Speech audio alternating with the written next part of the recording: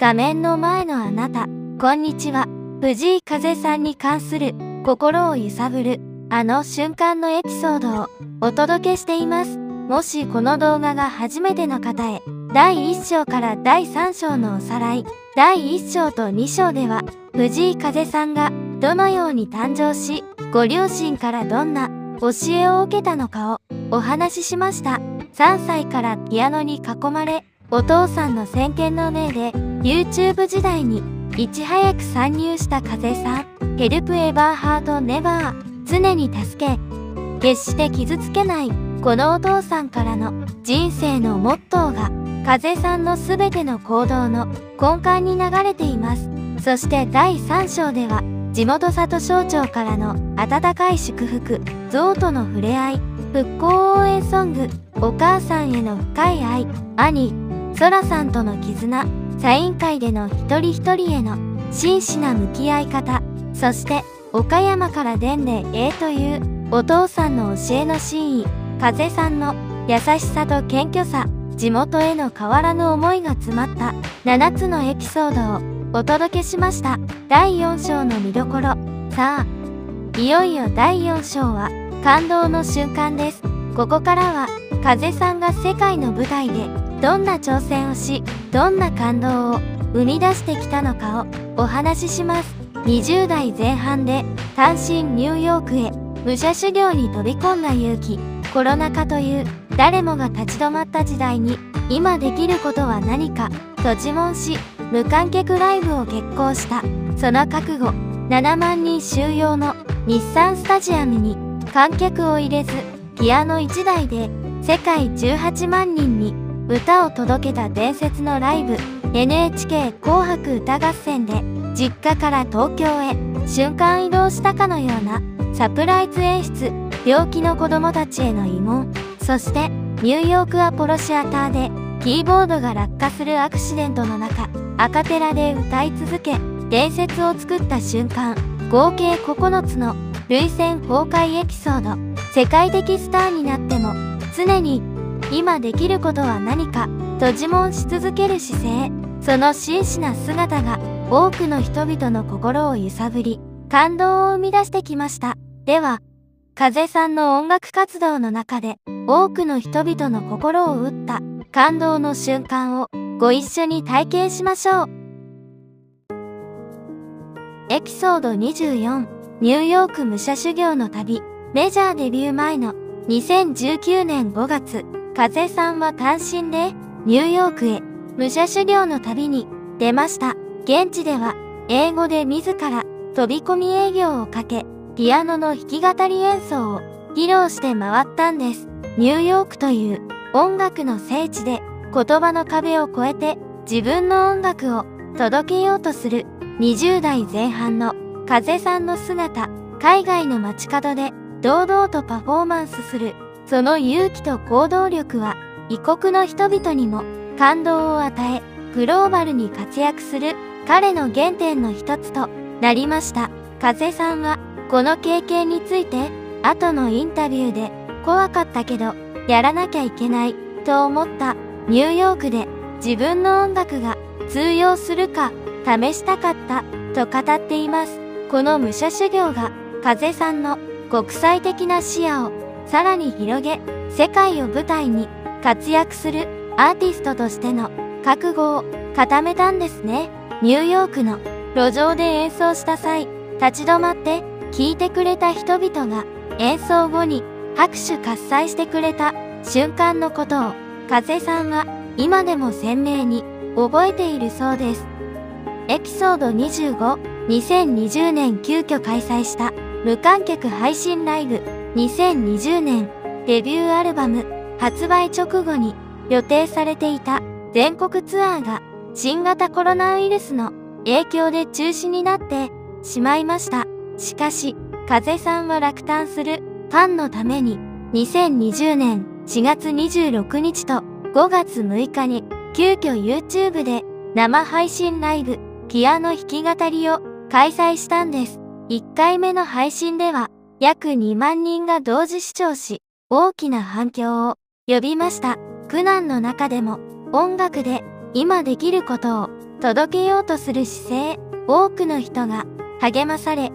感動しました。ファンからは、風さんの歌に救われました。コロナで不安な中、希望をもらえた。涙が止まりませんでした。といったコメントが殺到しました。風さんは配信の中で今できることを精一杯やります。みんなでこの困難を乗り越えましょう。と語りかけ、その真摯な姿勢に多くの人が心を動かされました。この配信ライブはコロナ禍におけるアーティストとファンの新しいつながり方を示した先駆的な試みとなりました。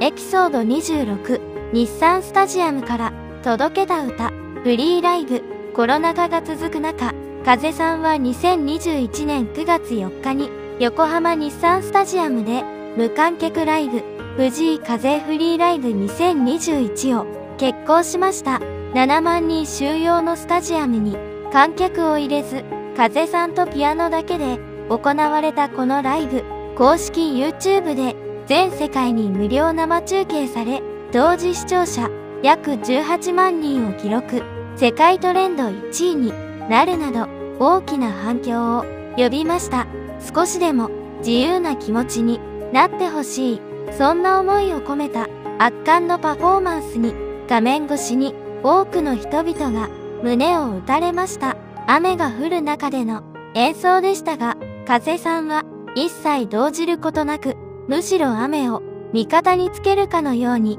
力強く、そして優しく歌い続けました。その姿に多くのファンが涙しました。雨の中でも歌い続ける風さんの姿に生きる勇気をもらった。こんな時代だからこそ風さんの音楽が必要だと感じた、といった声が世界中から寄せられました。このライブは音楽の力で人々を勇気づけた歴史的なイベントとなりました。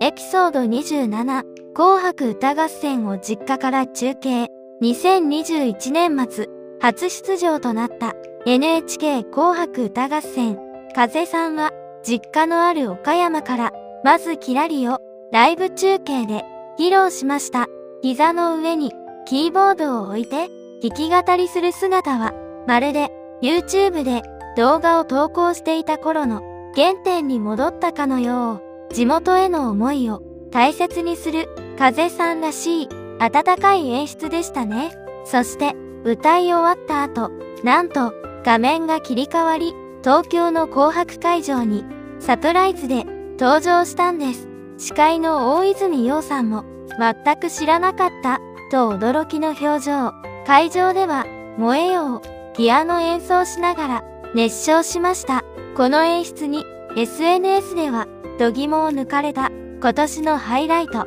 藤井風のための紅白と大きな話題になりました。実家から東京へ瞬間移動したかのようなこの演出は、風さんのルーツを大切にしながら未来に向かって進んでいく姿勢を象徴していました。